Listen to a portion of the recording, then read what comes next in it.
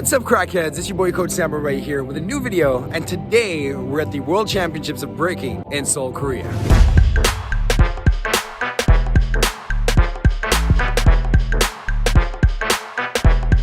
Now, a few things have changed since you've probably watched one of my last videos. But first of all, I've got a little blonde in my hair. Hope you like it. Secondly, I've also been hired as a coach for Team China, which is absolutely amazing because, you know, these Chinese b-boys and b-girls, they're completely crazy. I also got a few of my Battle Droid students here competing, which is really dope. So a lot of coaching, a lot of stuff going on over here. Anyway, assuming that a lot of you guys are not attending this event, I thought I'd make a small recap so you guys know what's going on these type of events. These events and these World Championships organized by Wdsf are part of the road to the Olympics. There might be a lot of new generation b-boys and b-girls watching this video right now who one day dream of being at the Olympics. And you know, it's my job to contribute and help you out to the next level by showing you this video so you get a basic knowledge of how these days actually work, what actually has to be done to make it to the Olympics. Now in this video I won't be explaining to you guys how to get to the Olympics because it's kind of complex. But let me put it this way, if you manage to pull off a good job at these WDSF World Championships, then you might just have a good chance of getting into the Olympics one day. So the World Championships this weekend is basically a two-day event. First day is kind of like the qualifier day. Let me tell you, it's one hell of a qualifier. For the b-boys, we have over 400 different b-boys competing, all having to do one round. And all of these b-boys actually almost qualified themselves as, let us say, the best of their country. So the level's pretty high, but it gets even crazier than that. So all of these b-boys execute one round. This goes down in 2 ciphers on a big stage. Out of the plus 400 b-boys that show up on stage, judges select the best 128. That's right, they're not selected in top 16. They're selecting a top 128, which is a lot of work for the judges, man. I gotta give it to them. Out of this top 128 comes the second round, and the second round, this is where it gets pretty hardcore.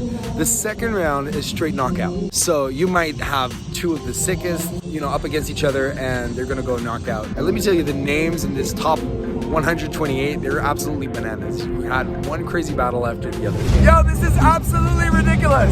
We have 2 battles at the same time with like the craziest level. Suki just did one crazy combo, and then at the end of the battle, Lucy's guy just went bananas. It's like, where's your footwork, bro? Where's your footwork? You don't know who to watch. You don't know who to watch. It's ridiculous. Anyway, whoever wins in this top 128 makes it to the top 64, and it's not done yet. Still on day 1, top 64 have to do another 1-round knockout. And this is where things become really crazy because the level is really high. You really have the best of the best from over the whole globe. And whoever makes it in the top 32 moves on to day 2. That's kind of like the main objective, right? Everybody wants to make it to day 2. And day 2, that's where stuff gets really complicated. But let me explain that to you guys later or maybe in a separate video. All right, so in the backstage, they have this TV, and on the TV you get to see, you know, who's next and who's up for battle. And it's a pretty cool atmosphere. You know, you can warm up and then basically know on time when it's your turn to battle. So no surprises, you know everything in advance. You kind of get enough time for your warm up, so that's the most important thing. Gravity. What's up, baby? One tip in one sentence for anyone who wants to make it through here.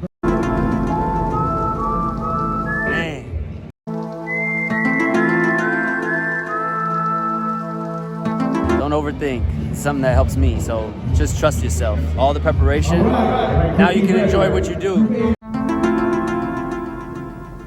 Meanwhile, on day 1, also we have the B-girls. Now the B-girls are a little lucky because out of the qualifier round, they don't select the top 128. They go straight to the B-girl top 64. So after performing 1 round, you might make it to the top 64, and from that top 64, just like the B-boys, they have to execute 1 round. You win that 1 round knockout, you make it to the top 32, and that means you get access to the second day. It's 1 step closer to the goal, baby.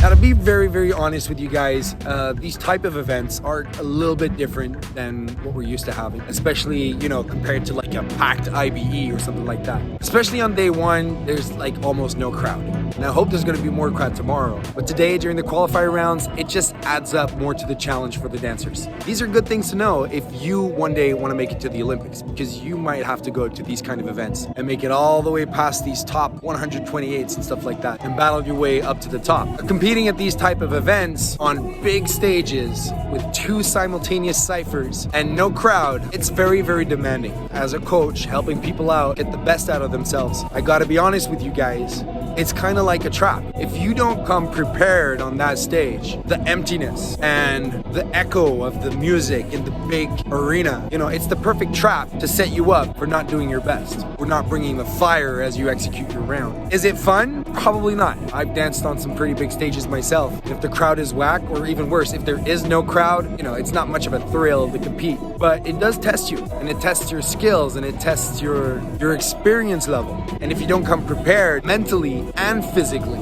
then you don't stand a chance on a stage like that. So that's good to know. Your advice in one sentence, how to smash these kind of competitions? I mean, the best I can tell anybody, like at these competitions, the one thing the judges see the most, who's not comfortable. You're not hitting it like you're comfortable, it's a wrap. So fake it till you make it, and that's it. Even if you lose, you still look good. Right now, because there's so many like high-level battles, I'm not able to film everything, but I'm gonna add some of the best pieces that I managed to film right now so you guys can watch some of that.